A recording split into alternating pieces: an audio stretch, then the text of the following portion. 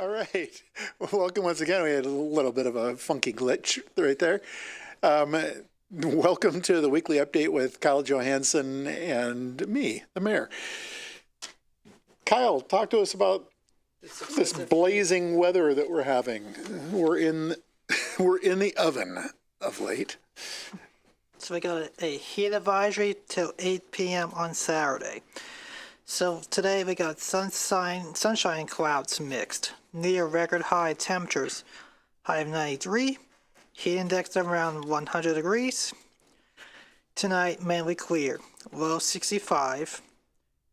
Tomorrow mostly sunny. High of 95. Low 68. Saturday mostly sunny. High of 95. Low 73. Sunday afternoon storms. High of 90, low 65. Monday, sunny skies, high of 88, low 60. Next Tuesday, morning showers, high of 91, low 68. Next Wednesday, scattered storms, high of 88, low 59. And next Thursday, mostly sunny skies, high of 83, low 54. In sports, Cobrettes are home tonight at 7:05. At Barbara Stadium and Star Wars night. Do you know what their record is for the Copperheads? I haven't checked their status yet. No, I haven't either. I can't remember who they were playing, but we went one evening and they unfortunately lost. It was a significant loss. I think it was 11-3 or something. Oh, that was probably like the home opener game, maybe. Maybe. Yeah. But they've had several games since, so always curious as to how they're doing. Whether they're going to win their division or not, we'll see. You mentioned the heat. Like, it has been blazing hot. I think we all recognize that, how hot it's been. As Kyle indicated, we do have a heat advisory that will run through Saturday and even warm on Sunday, peaking at potentially 90. So keep that in mind too. 90 outside it's warm. So, and then we'll cool off a little bit on Monday, 88 degrees, and then bobble around as typical.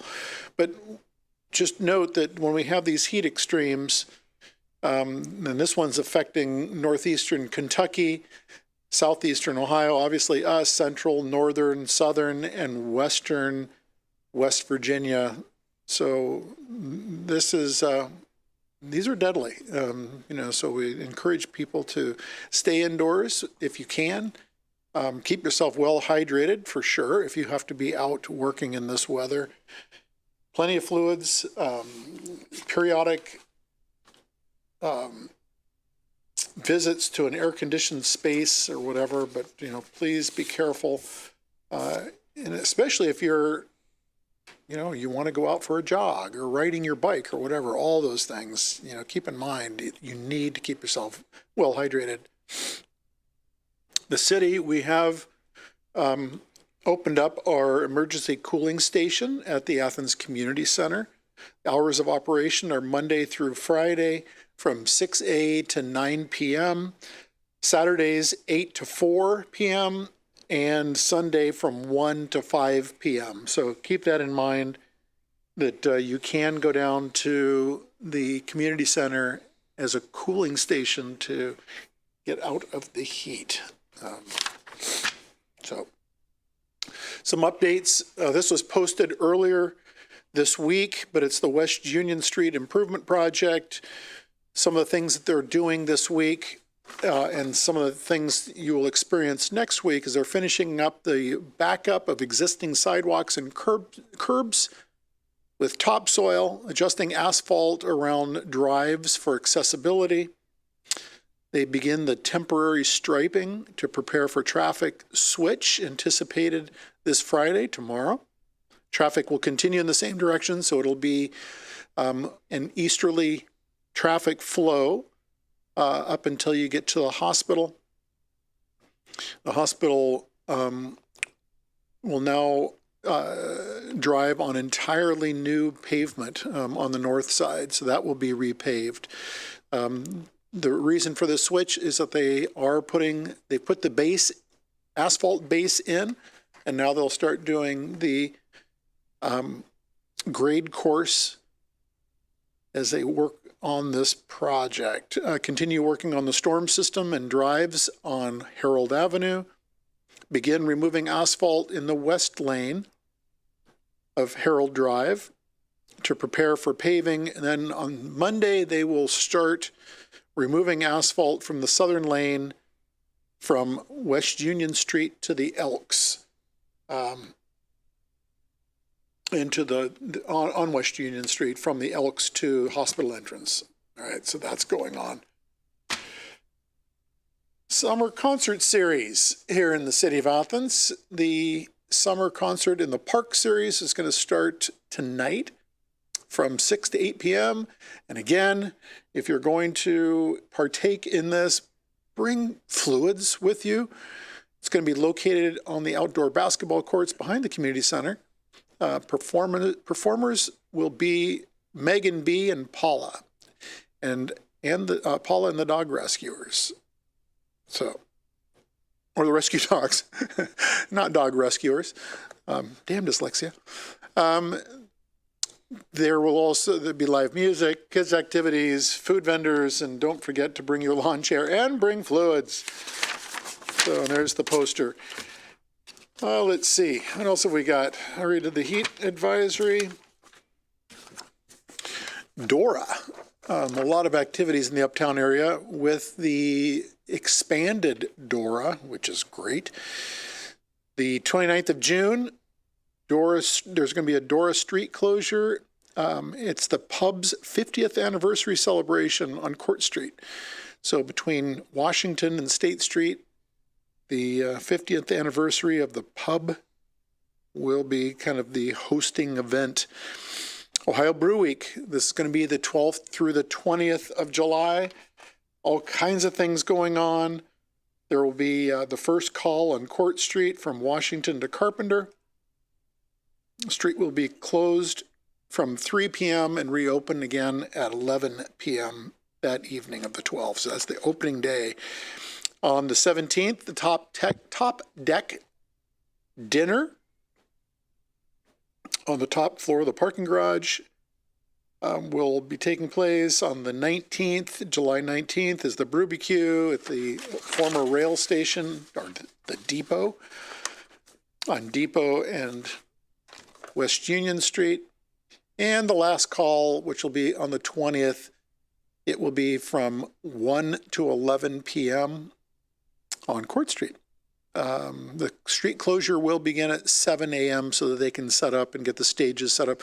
Scott, I'm assuming they're going to have a stage for the last call this year, as they typically do. Let's see, July 26th is going to be the Plains Lions Cruise In. This will be on Court Street between Washington and State Street. The event will start at 5:30. We typically have a lot of signs out indicating that there is a cruise in. August 3rd is the Athens Community Arts and Music Festival. That'll be on West Union between Congress and Court Street. Closure will begin at 7 a.m., again to set up a stage.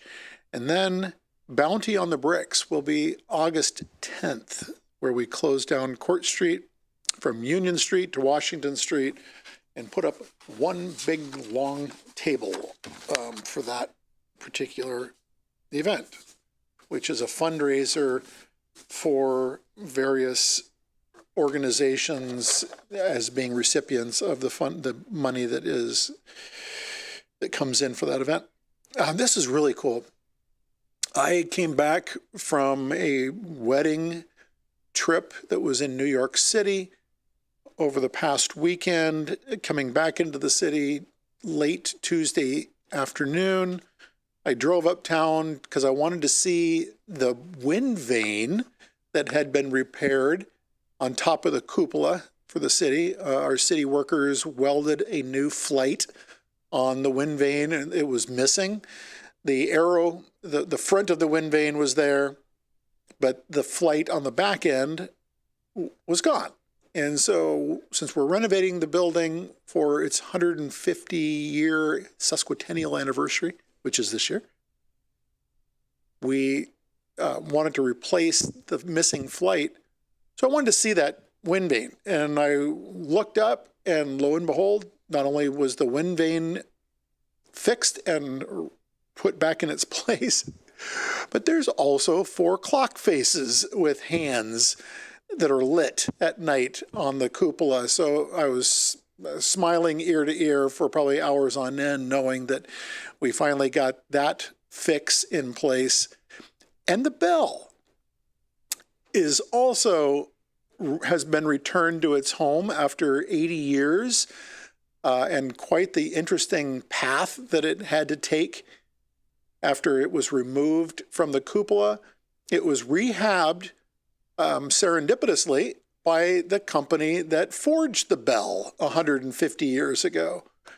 So they refurbished the bell, and there you see some pictures of the bell going back up into the cupola. And the sound is fantastic. So now we have the 4 clock faces that are telling the correct time, and on the hour and the half hour, the bell chimes. And I have to tell you, the tone of that bell is absolutely identifiable and sounds fantastic. So one more bell tolling in the uptown area. We're going to be known as the city of bell tones. Pretty cool. So that is in place. The government channel is going to be showing more of this in the future and putting something together. A documentary, a docudrama. It'll be cool. Upcoming meetings. We have the pedestrian accessibility and bike task force that is meeting 9:30 a.m. on the 21st, so tomorrow, Friday, and it'll be in the Barry Conference Room. City Council will be meeting here in Council Chambers on Monday evening, the 24th at 7 p.m. as usual. And the Athens Planning Commission, we had to move it forward a day. It will be on Tuesday, the 25th at noon, also here in Council Chambers. I want to remind people that it is always so easy to download Nixle and the City Source app. There is the Athens, Ohio City Source app. You can go to Apple Play or the Google App Store and download this particular app, and it can provide you a pathway in which to report things you see in the city, litter on the sides of the road, potholes, water spewing up out of the street, the smell of sewage or whatever, anything you see, anything that you want to report, you can do so using the City Source app, and it will be attended to ASAP. The other thing, and I mentioned this because of our heat advisories that we're having, right? The heat wave. Yeah, that's crazy heat wave, is Nixle. Nixle, also easy to sign up for. Just text 45701 to 888777, and you can modify Nixle to receive alerts that you may find most interesting and helpful to yourself, whether it's extreme weather events, whether it is Amber alerts, criminal activities, you name it. Nixle will report it out and keep you informed over things that are going on. So Nixle would be there to inform you on heat advisories, but also during the winter, it'll sit there and ice storm warnings, winter storms, severe deep freeze, which almost sounds wonderful right about now, but still got a long way to go. I know, it's not that season. So anyway, thank you for joining Kyle Johansson and myself. And I won't be traveling again to where it kind of eats into our time together, Kyle. But it's been a really fascinating past 2.5 weeks for me, traveling to Washington, D.C. for a meeting, from there up to the International Town Gown Association meeting in College Park, Maryland. And then from there out to Rancho Cordova for the National League of Cities Summer Boards and Leadership meeting. and then back to Athens to head to New York for my nephew's wedding, which was really quite an enjoyable event in Manhattan. And the last thing I want to say is I want to wish my amazing wife a happy birthday. It'll be on the 25th of June, but we're celebrating her birthday this weekend. So, Ani, I love you, and happy birthday to you. Thanks for joining Kyle and I, and please join us again next week for